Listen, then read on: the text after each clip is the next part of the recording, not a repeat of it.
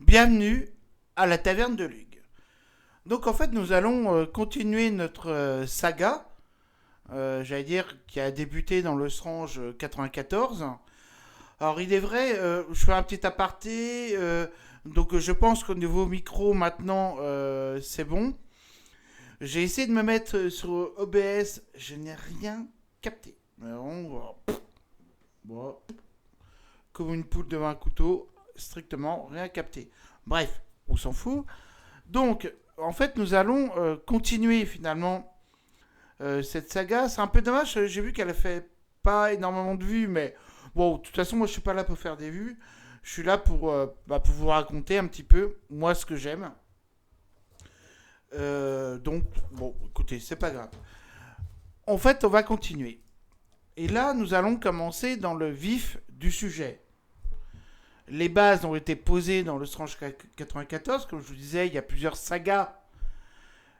Une pour Daredevil, une pour Iron Man, une pour Spider-Man. Spider-Man, on va aller sur la saga des clones dans les Strange ultérieurs, qui vont arriver après la mort de Gwen Stacy. C'est ça qui est intéressant. Iron Man, nous allons retrouver des anciens ennemis d'Iron Man qui arrivent, qui vont arriver et qui vont en fait le perturber jusqu'à aller. Iron Man va aller jusqu'à sur la Lune combattre avec le Valet de Cœur. Valet de Cœur qui est un super héros que j'aime beaucoup. Je ne sais pas si vous connaissez, mais nous en parlerons. Mais ça c'est plus tard. Là en fait on va débuter aussi avec Daredevil qui commence une des sagas, un arc narratif qui celui-ci débute. Enfin, j'allais vous dire en fait le nom du méchant, mais c'est celui-ci. C'est-à-dire que là, on en est à Daredevil où il y a une personne qui fabrique des super vilains pour nuire à Daredevil et à la Veuve Noire. On verra par la suite que c'est pour prendre le contrôle, je vous le donne en mille et mille, du monde. Bref. Et là, enfin, j'avoue, je crois que j'ai pas trop regardé en fait les tarifs. Je crois que c'est peut-être entre 5 et 10 euros, hein, il me semble, hein, ces revues-là. Et donc là, nous allons débuter par le Strange, donc 98.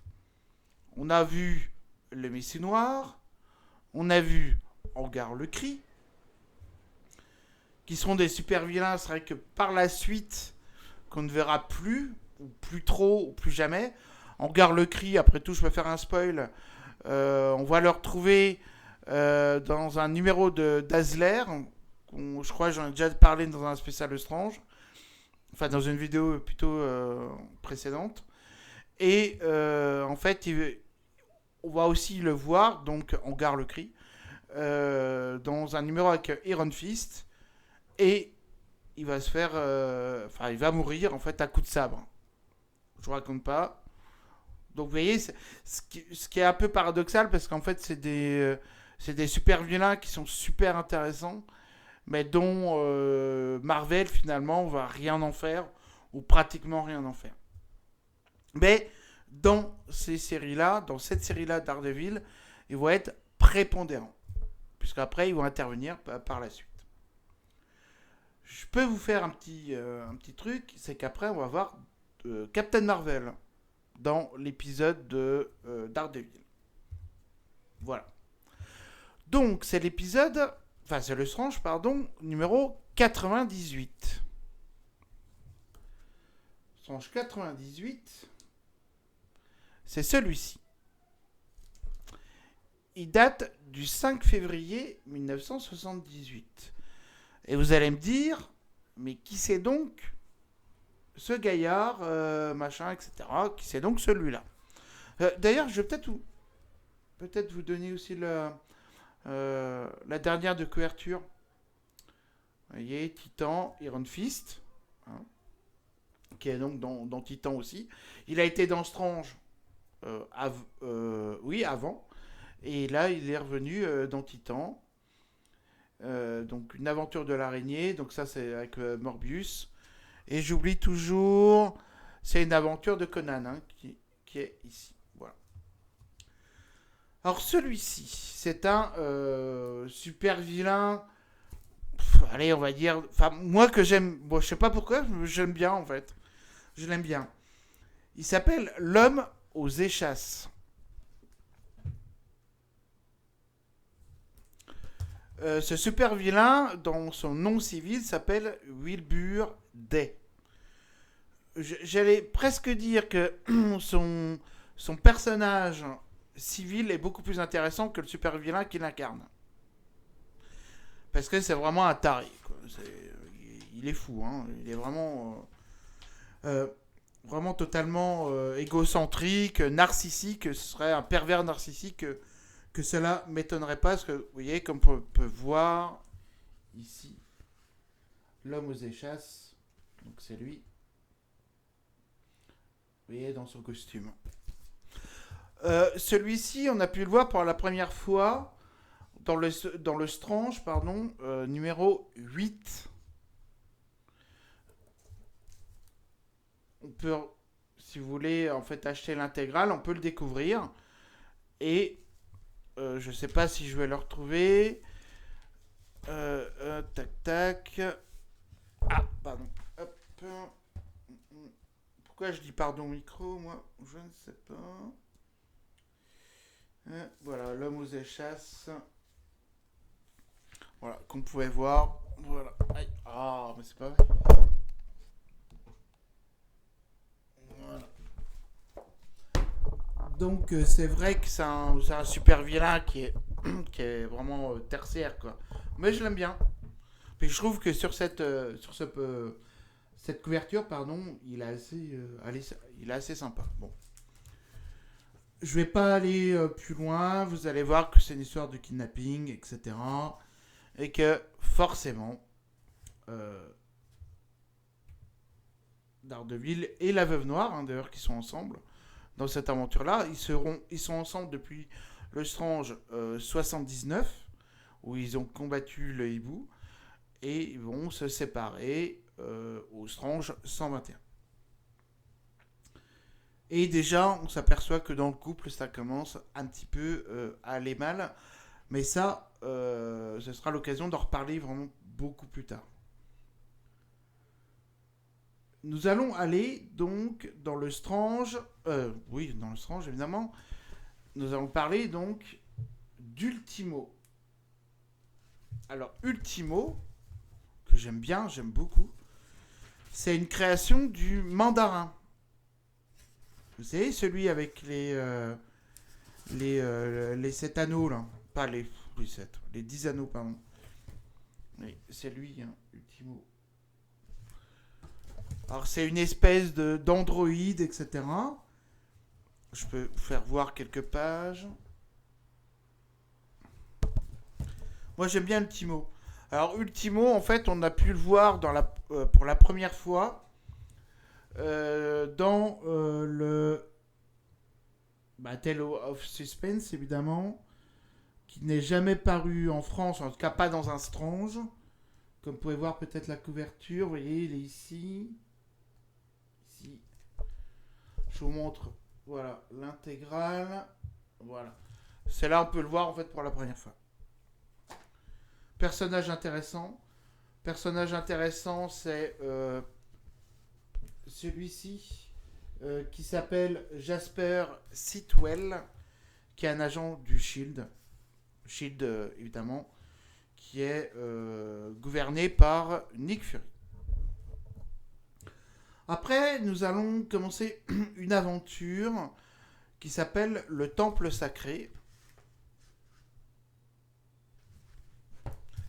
avec comme guest le Docteur Strange, qui parle là de la guerre du Vietnam.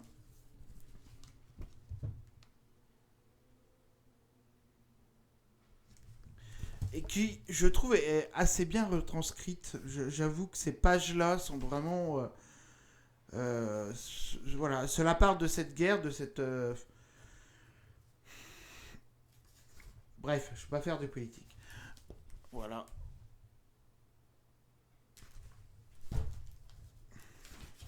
Et j'avoue que c'est vraiment super intéressant. Je vais quand même vous montrer là, le Docteur Strange là qui intervient.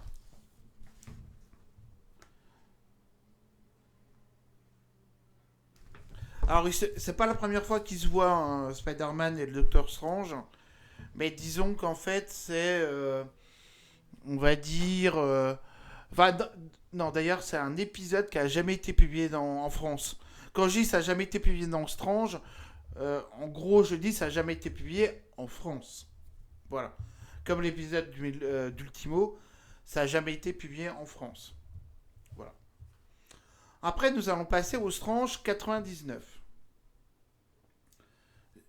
Celui-ci, il s'appelle le Gibbon.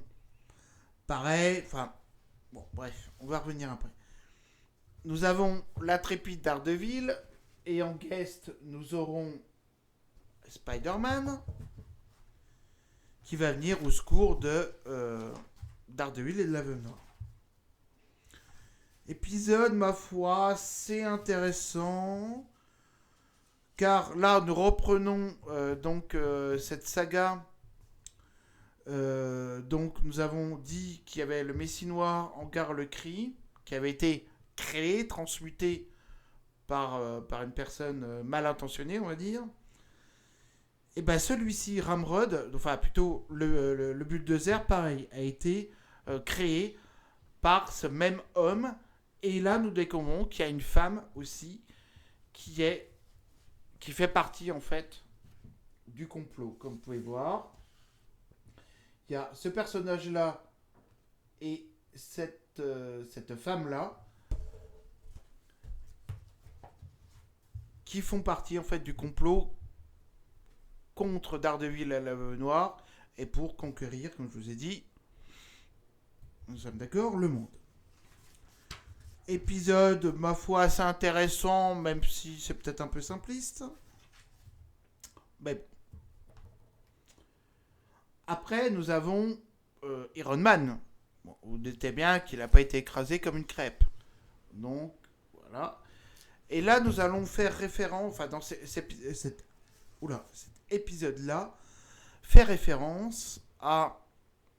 Alors, j'ai. Un super-héros, enfin, quelqu'un qui était habillé avec une armure qui a été confectionnée par Tony Stark.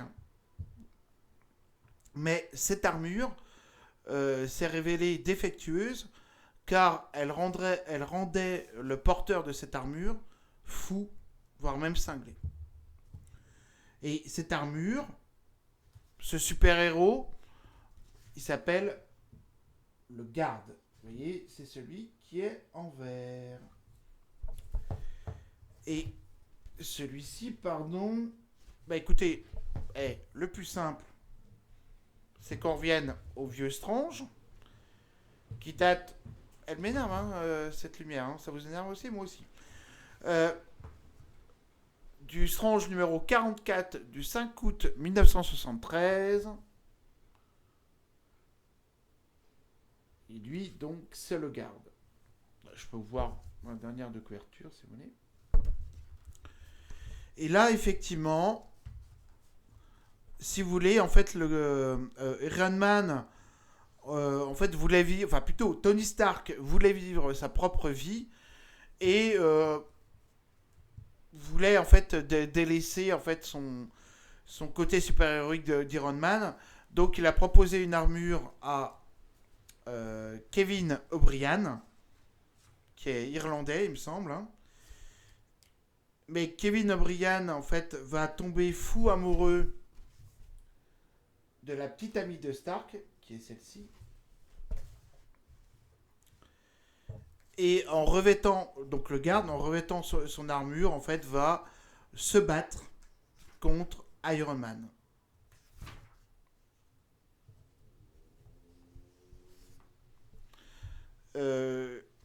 Cette femme-là qu'on voit là s'appelle Marianne.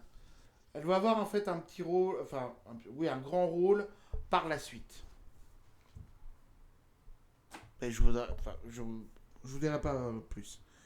Et donc, bah, malheureusement, lors du combat, alors celui-ci, je fais un aparté, il s'appelle le Pitre.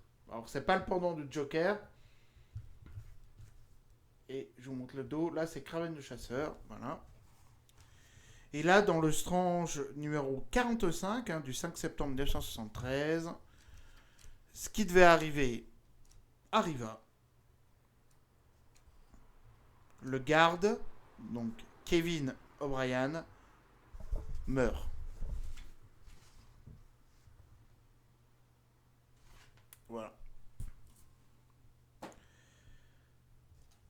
Et donc, en fait, c'est que je sois bien sûr, parce que là j'ai un petit doute, c'est son fils, il me semble.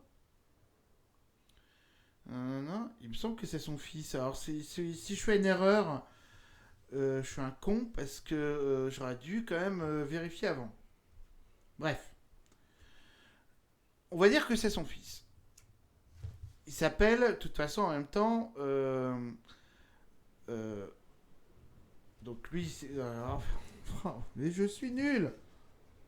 Michael, voilà. Oula. Et donc Michael O'Brien, oui, il me semble que c'était. Ok, il fait partie de la même famille. Excusez-moi, voilà, je suis vraiment con. J'aurais vraiment dû regarder. Est-ce qu'il le dit? Ok. Enfin bon, bref. Bah allez, c'est bon. C'est pas grave, de toute façon, vous regarderez. Voilà, donc il revêt l'armure, même armure de garde que Kevin O'Brien, on va dire son ancêtre, avait revêtu. Et là, c'est le combat contre Iron Man et le garde, une fois de plus. Comme vous pouvez voir, c'est un combat assez impitoyable, qui est par contre celui-ci qui est super intéressant. C'est vraiment très très intéressant. Parce que là, je suis en train de regarder. Nanana. Parce que ce qu'il faut pas oublier, c'est que Michael Bryan, donc en fait est flic, donc il va faire un peu n'importe quoi. Mais il est, par contre, cet épisode-là, excusez-moi, c'est vrai que je suis un peu confus, je suis un peu con, c'est vrai que j'aurais pu regarder si c'était son fils ou pas, mais il me semble bien que c'est son fils. Bref. Donc nous allons ensuite aller à un épisode de l'araignée qui s'appelle La naissance, voilà, du gibbon. Épisode plutôt pas mal, on va voir que le gibbon s'est fait harceler durant sa jeunesse parce qu'il était, il ressemblait plutôt à un gorille, à un singe, d'où le titre. Et il va se faire manipuler par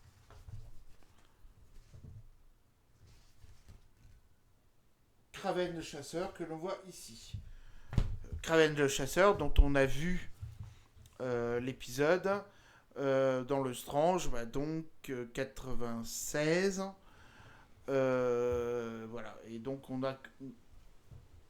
pensait que Kraven était mort en tombant d'une falaise. En fait, non, et on saura pour quelle raison. Bien. Bah écoutez, pour l'instant, c'est terminé. Je vous remercie de m'avoir suivi. Cette langue me fait chier. Voilà, je trouve vraiment une autre solution. Bah écoutez, en tout cas, je vous remercie énormément. Et puis, bah écoutez, je vous dis, bah écoutez, je ne sais pas quand. Bon, en tout cas, à une prochaine fois. Si vous avez des idées, n'hésitez pas en documentaire. D'ailleurs, je crois que le coup, j'ai des documentaires au lieu de commentaires. Bref. En commentaire, n'hésitez pas à m'en faire part. C'est aucun problème. Je vais vous faire un live, un truc comme ça. Mais en tout cas, écoutez, je vous remercie. À bientôt. Au revoir sur la taverne de Luc.